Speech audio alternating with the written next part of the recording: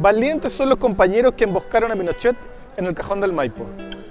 Los que pintaban los muros de cualquier ciudad con la palabra resistencia cuando nadie se atrevía. Las compañeras que albergaron a hermanos perseguidos sin hacer preguntas. Los y las jóvenes que enfrentaban a pedradas a la policía en las barricadas de las poblaciones de Santiago.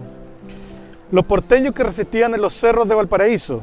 Los artistas que cantaban en las peñas o hacían teatro. Los periodistas que hablaban con la verdad cuando otros colaboraban con la dictadura. Esto y más en el libro de un sociólogo en el Frente Patriótico, Manuel Rodríguez, testimonio de un militante de Tito Tricot. A continuación. El Frente nació fundamentalmente porque en la época de la dictadura se reprimió a nuestro pueblo brutalmente y llegó un momento en que la resistencia, que fue más bien rudimentaria, artesanal al comienzo, necesitaba organizarse de otra manera, es decir, adquirir otro nivel. Y el Partido Comunista decidió fundamentalmente la dirección del partido al interior del país, no la dirección o la parte de la dirección que se encontraba en el exterior, organizarse militarmente o paramilitarmente, y se creó el Frente Patriótico Manuel Rodríguez. Y este elemento militar se unió entonces al trabajo militar de masas que se estaba también desplegando en otras partes del país, es decir, al interior del partido. Pero esta fue una organización autónoma del partido en el sentido del trabajo, pero que pertenecía al Partido Comunista, pero que poco a poco fue adquiriendo una cierta autonomía en su accionar, en su trabajo, y que lo más importante, creo yo al menos, es que inició un trabajo que comenzó a ser relevante en términos simbólicos, es decir, en términos de combatir a un enemigo que supuestamente era tan poderoso que nadie podía enfrentar. Y entonces, en términos subjetivos, en términos simbólicos, en términos morales, la gente comenzó a apreciarlo mucho, la gente empezó a seguirlo y comenzó a pensar de que era posible derrotar a este enemigo. Entonces, de que la dictadura no solamente no era invencible, sino que el pueblo tampoco era solamente víctima, sino que podía combatir también. Es decir, pasó a ser de un pueblo víctima a un pueblo combatiente. Y esa resistencia inicial, que había sido más bien, como decía, primitiva, artesanal, rudimentaria, ahora ya era mucho más organizada, había alcanzado otro nivel de madurez, y el Frente contribuyó decisivamente a que así fuese. Por eso nació el Frente.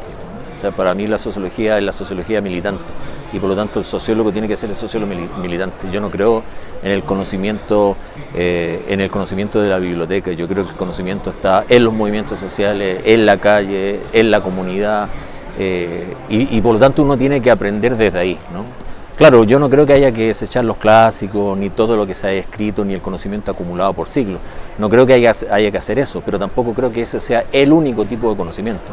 Y por lo tanto hay un conocimiento desde abajo que hay que rescatar, y que además, si uno quedara encerrado y enclaustrado solamente en las aulas, no sería un científico social, no sería un sociólogo, no sería nada. Y por lo tanto era casi natural y lógico que uno estuviera en la calle, porque siempre estuvo en la calle. Y en el caso particular de Chile y de América Latina, porque había otras dictaduras, que era casi natural que uno tenía que estar ahí, tenía que estar, por lo menos en mi caso, tenía que estar luchando en una organización como el Frente Patriótico Manuel Rodríguez, que estaba luchando por derrotar una dictadura brutal y sanguinaria. Y yo creo que los libros no derrotan a la dictadura, yo creo que las palabras no derrotan a la dictadura, y en este caso sí lo hacen las armas. No son los únicos medios, por supuesto, no estoy diciendo que solamente con las armas se puedan derrotar la dictadura, pero en mi caso al menos, yo pienso que o utilizaba la violencia, o utilizaba las armas, o aquí no iba a caer la dictadura. Mira, yo creo que aquí hay que contextualizarlo políticamente e históricamente. Aquí había una lucha antidictatorial donde el fragor de esa lucha, es decir, el día a día, lo que sucedía cotidianamente, a veces te obnubilaba, o sea, te dificultaba hacer el análisis, tal vez con mayor claridad que tú puedas tener hoy día, ¿no? Que hoy día es más fácil hacer todo eso, obviamente, como siempre sucede en la historia, ¿no? Y hoy día es mucho más fácil encontrar o culpar a gente o hacerlo responsable de lo que sucedió hace 20, 30 años atrás, o decir, no, yo sabía esto o no sabía lo otro. Bueno, es muy sencillo hacer eso, ¿no? Pero también hay que contextualizarlo políticamente e ideológicamente, en el sentido de que el Frente en esos años, 85, 86, todavía pertenecía al Partido Comunista, era parte del Partido Comunista, ¿no? Si bien es cierto, había sectores del Frente que tenían cierta autonomía en el sentido de su accionar militar o en el sentido operativo, seguía dependiendo políticamente del Partido Comunista. En ese sentido no era independiente. Y por lo tanto dependía de la comisión militar del partido, y la comisión militar del partido dependía a su vez de la comisión política del partido. O sea, había una doble dependencia. Entonces, y por lo tanto todos los análisis que se hacían eran los análisis del partido, y lo que hacía el Frente dependía de eso también, ¿no? Entonces no siempre los militantes del Frente, los jefes del Frente estaban enterados de todos estos análisis, o necesariamente de las posibles negociaciones que se pudiesen estar haciendo a niveles cupulares, me refiero, ¿no? Y precisamente porque se estaba actuando en este fragor del combate que te digo. Se estaban haciendo cosas todos los días en las poblaciones, en la universidad, en la calle, en el teatro, en las peñas. Entonces a veces no había tiempo para ese tipo de análisis, de lucubraciones, o las negociaciones que se estaban llevando a cabo entre la Iglesia, entre Estados Unidos, entre la dictadura, entre las cúpulas políticas. Pero sí había sectores del Frente, claramente, que teníamos muy claro, que había segmentos claramente de la democracia cristiana, de sectores renovados del Partido Socialista y sectores muy conservadores al interior del Partido Comunista, que no querían de que se continuase la lucha armada, ¿no? Porque veían como un peligro una salida más radical a la dictadura, es decir, una salida más revolucionaria, una salida con un posible gobierno, no sé, socialista, revolucionario, antiimperialista, que en algún momento en esos años, 85, 86, podría tal vez haber sido posible, ¿no? Porque en ese momento sí había esas posibilidades o ese potencial tal vez en el pueblo. Entonces había terror al pueblo. Bueno, son sentimientos encontrados, es decir, que es lo mismo que me pasó cuando se realizó la emboscada a Pinochet, o lo que se conoce como el atentado a Pinochet, y que fue lamentablemente un fracaso en términos del objetivo, que era matar a Pinochet, digamos. El sentimiento encontrado porque la felicidad de que se hubiese realizado la acción, y la tristeza porque no resultó, digamos. O sea, yo quería que sí muriera Pinochet. En el caso de Manuel Contreras, la alegría porque había muerto, pero la tristeza porque la verdad que la cárcel para él no fue la cárcel que uno quisiese, ni fue el castigo que uno quisiese, ¿no? De la misma manera que en Chile no se ha hecho justicia. En el libro se relata justamente un episodio cuando me tocó, después de haber estado preso, después de salir libre y haber encontrado por casualidad a uno de los agentes que me detuvo, al jefe del grupo operativo de la CNI que me detuvo, que está libre actualmente, que está en libertad. Me tocó, yo lo seguí tratando de ver dónde está, hacia dónde se dirigía, qué sé yo. Bueno, eventualmente no pude hacer nada. Yo te estoy hablando ya del año 90, ya entre comillas, en democracia, en esta democradura, si tú quieres, en el sentido que no ha cambiado mucho el sistema político, económico, a eso me refiero. Y sigue libre, o sea, no hay justicia. La justicia que hoy día existe en Chile es una justicia sin fertilidad, no es una justicia fértil, o sea, no está preñada de verdad, ¿no?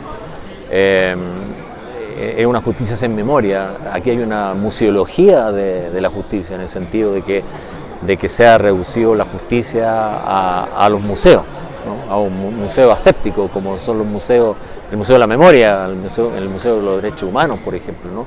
Donde aquí Incluso eso se ha cercenado la memoria, porque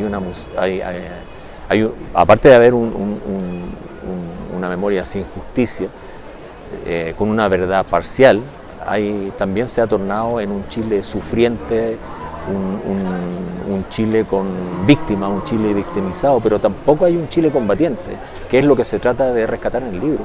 Claro. Aquí hubo un Chile combatiente, aquí hubo un Chile que luchó, aquí hubo héroes y heroínas, anónimos y anónimas, ¿no? Aquí no solamente hubo víctimas, que la hubo, obviamente, ¿no? Y por miles, y fue terrible lo que pasó, pero también un pueblo que se organizó, luchó, que resistió la dictadura, y eso tampoco se rescata, por el contrario, se denosta y se trata despectivamente, y se trata de invisibilizar y de ocultar a aquellos que lucharon contra la dictadura, ¿no? Y hoy día se les tilda de terrorista. Aquí hay gente incluso, gente de la Concertación, que hoy día son parlamentarios, que han sido subsecretarios o dirigentes de la Concertación, que sí participaron en esto, que sí mandaron a gente a prepararse a países socialistas, incluso que fueron a pelear a Nicaragua o a El Salvador, que mandaron a gente allá o que después volvieron a luchar acá y que reniegan de lo que sucedió, de la lucha armada, por ejemplo, ¿no? O sea, yo creo que la dictadura no necesitaba ninguna justificación para reprimir. La dictadura venía reprimiendo desde el año 1973. O sea, el utilizar ese argumento para decir que la represión se había endurecido o se endureció a partir del atentado a Pinochet es una falacia, es una mentira. Es simplemente una excusa para culpar al frente o la lucha armada de lo que sucedió después, es decir, de la negociación que hubo entre las cúpulas políticas, la Democracia Cristiana, los sectores renovados del Partido Socialista, con la dictadura y con la Fuerza Armada, con Pinochet en particular y con Estados Unidos. Y además que las negociaciones y las transacciones con la dictadura venían desde antes, no venían desde el atentado a Pinochet, venían ya del año 83 con la mediación del cardenal Fresno, después del año 85, entonces eso es simplemente una excusa, ¿no? Como es un proceso y como los procesos históricos nunca tienen fecha específica, ni de término ni de comienzo, ¿no? Como es un proceso y son procesos multifacéticos, multidimensionales, con diferentes hitos, yo diría que esto comenzó mucho antes, ¿no? Comenzó el año 86, incluso antes me atrevería a decir yo, con discusiones, con debate, con tensiones, con contradicciones, donde ya se veía que el Partido Comunista venía desarrollando una política de desmantelamiento del trabajo militar del partido mismo, porque el Partido Comunista tenía su política militar y su trabajo militar, aparte del frente, y donde también trató, y de hecho lo hizo, desmantelar el trabajo del frente, o sea, su propio trabajo militar, y además desmantelar el trabajo del frente y destinar a los oficiales y a los combatientes del frente a otras tareas que no tenían que ver con el trabajo militar.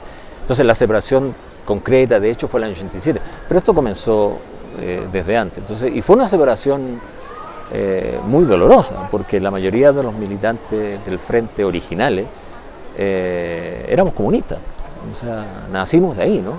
Pero además, yo me atrevería a decir que esto comenzó desde el origen mismo del frente, porque había sectores conservadores, y yo me atrevería a decir directamente derechistas del Partido Comunista, que nunca quisieron una política militar y nunca quisieron al frente, ¿no? Y habían triunfado las políticas más revolucionarias al interior del Partido Comunista, que impusieron la idea del trabajo militar. Me refiero sobre todo a la gente del partido que estaba acá en Chile, ¿no?